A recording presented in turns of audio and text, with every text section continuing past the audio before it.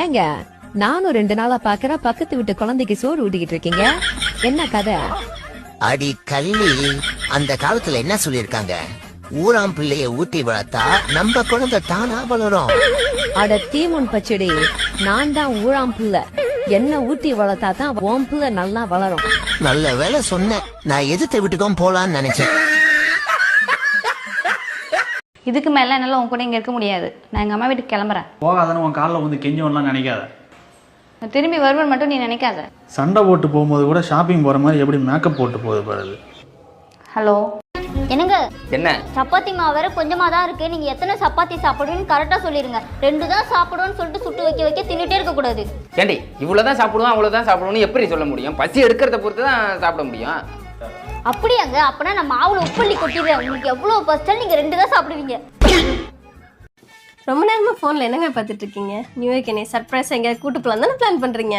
தேதி 31 ஆச்சு, இன்னும் எனக்கு சம்பளம் வரல. நாளைக்கு 1ஆம் தேதி லீவு. இன்னைக்கு வரலைன்னா நாளைக்கு வராது, 2ஆம் தேதி தான் வரும். விடிஞ்சிச்சுன்னா 3 இஎம்ஐ கட்டணும். அக்கௌண்ட்ல காசு இல்லைன்னா அதுக்கு ஒரு ஃபைனை போட்டு விட்டுருவாங்க. 1008 பிரச்சனை யோசிச்சுட்டு உட்காந்துக்கிட்டு இருக்கேன். உனக்கு இப்போ நியூ இயருக்கு பிளான் பண்றதே பெரிய விஷயமா இருக்கு. வெளுத்தே அப்படியே எந்திரிச்சு ஓடி அப்படி. ஆண்களுக்கெல்லாம் ஏன் ஆண்கள்னு பேர் தெரியுமா? எங்க ஒரு பொண்ணை பார்த்தாலும் இன்னொரு பேர் உண்டு, ஆடவர்னு ஒரு பேர் உண்டு. என்ன அர்த்தம் தெரியுமா? நம்மால போட்டுக்கிட்டு ஆடுவோம், போடாமலும்.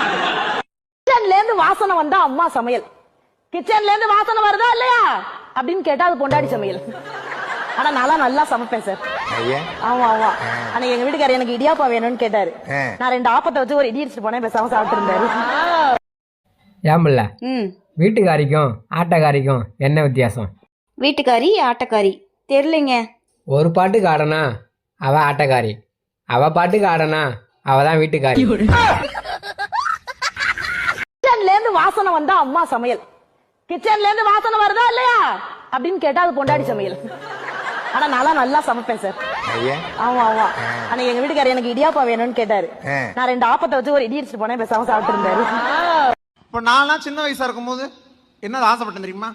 வளர்ந்ததுக்கு அப்புறம் நிறைய ஏழைகளுக்கு உதவணும்னு ஆசைப்பட்டேன். சரி, வளர்ந்ததுக்கு அப்புறம் தான் தெரிஞ்சிச்சு அந்த ஏழை வேற யாருமே இல்லை, நான் தான் அப்படின்னு. இவ்வளவு வளர்ந்த பிறகு புருஷனுக்கு சந்தோஷத்தை தாரோம், மகிழ்ச்சியை தாரோம், புள்ள குட்டியை பெத்து தாரோம். கேட்கும் போதுல அந்த கருவா எனக்கு நகை நட்ட கழட்டி தாரோம். எல்லாத்தையும் தரதுனால தான் சார் நாங்க தாரம்னு வந்திருக்கோம். அது என்னவோ இதுங்களுக்கு எல்லாம் இன்னொருத்தி புருஷன் மேல தான் மயக்கமே வருது. இதெல்லாம் ஒரு பொழப்பு. ஏங்க நானும் 2 நாளா பாக்குற பக்கத்து வீட்டு குழந்தைக்கு சோறு ஊட்டிக்கிட்டு இருக்கீங்க, என்ன கதை? அடி கள்ளி, அந்த காலத்துல என்ன சொல்லிருக்காங்க? ஊராம் பிள்ளைய ஊட்டி வளர்த்தா நம்ம குழந்தை தானா வளரும். அட தீமுன் பச்சடி, நான் தான் ஊழாம் பிள்ளை. என்ன ஊட்டி வளர்த்தா தான் ஓம் பிள்ளை நல்லா வளரும். நல்ல வேலை சொன்னேன். நான் எதிர்த்த வீட்டுக்கும் போலான்னு நினைச்சேன். ஏங்க என்னடி கல்யாணத்துக்கு அப்புறம் ஆண்களுக்கே சுதந்திரம் பறிபோயிருச்சுன்னு சொன்னீங்கல்ல, ஏன் அப்படி சொன்னீங்க? சொன்னதுக்கு காரணம் என்ன? எப்போ பார்த்தாலும் போன பண்ணி எங்கே இருக்கியே எப்போ வருவிய, எங்கே இருக்கியே எப்போ வருவிய, இப்படியே கேட்டா மயிர இருக்கும் சுதந்திரம்.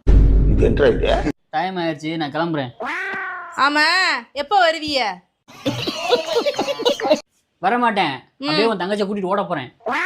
அவளும் பெண் தானே, அவளும் கேப்பாள் தானே. அரை மணி நேரத்துல வந்துடுறேம்மா.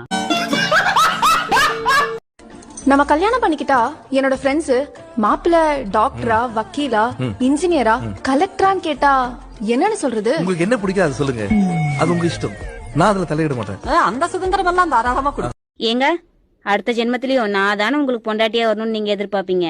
நான் ஒரு கேள்வி கேக்குறேன், பதில் சொல்றியா? போன வருஷம் தீபாவளி வாங்கின புடவையே இந்த தீபாவளியும் கட்டுவியா? அதை எப்படி நான் கட்டுவேன்? நீ மட்டும் கட்ட மாட்ட, என்ன மட்டும் எதிர்பார்க்கற? கூட்டத்துல ஒருத்தன் எதிரியா இருந்தா நீ வளர்ந்துட்டு வரன்னு அர்த்தம். ஆனா கூட்டமே எதிரியா இருந்தா நீ வளர்ந்துட்டன்னு அர்த்தம்.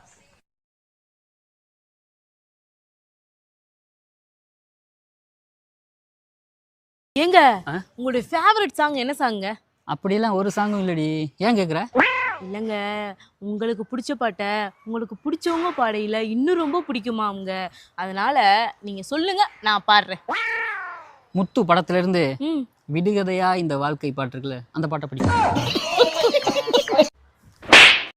ஏங்க பால் கெட்டு போயிடுச்சுன்னா அதை வச்சு பால் கோவா பண்ணுறாங்கல்ல, நான் வச்ச ரசம் கெட்டு போயிடுச்சு, அதை வச்சு ரசகுல்லா ட்ரை பண்ணட்டுமா? காலமே காலமே என்னை எங்கு கொண்டு போகிறாய்? தம்பி, டாக்டர் ஆகி ஊசி போடுவியா இல்ல போலீஸ் ஆகி கேஸ் போடுவியா? இன்ஸ்டாகிராம் ஓபன் பண்ணி ரீல்ஸ் போடுவேன்.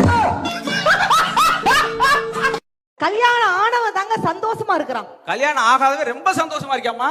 அதுக்கு உனக்கு உங்களை கஷ்டப்பட்டு பெண்கள் நாங்க கல்யாணம் பண்றோம். ஏம்மா உங்களுக்கு கல்யாணம் பண்ணிட்டு நாங்க கஷ்டப்படுறோமே, அது யாரா சொல்றீங்களா? சரி விடுங்க. கல்யாணத்துக்கு அப்புறம் பெண்களுக்கு என்ன அறிகுறி? என்ன அறிகுறி? எங்க கழுத்துல தாலி தொங்கும், உங்களுக்கு தலையே தொங்கும். இப்படி போற செலவே இல்லாத புள்ள ஆம்பளை புள்ள. இப்ப இந்த கூட்டத்திலே இறங்கி பாருங்களேன், எல்லாரும் பெண்களுமே நகை போட்டிருப்போம். குறைஞ்சது தலையை வெட்டினா ஒரு 10 பவுனாவது எடுக்கலாம். ஆனா எங்க ஆம்பளைங்க பாருங்க, யாருமே ஒரு டூப்ளிகேட் மோதிரம் கூட போட்டுக்க மாட்டாங்க.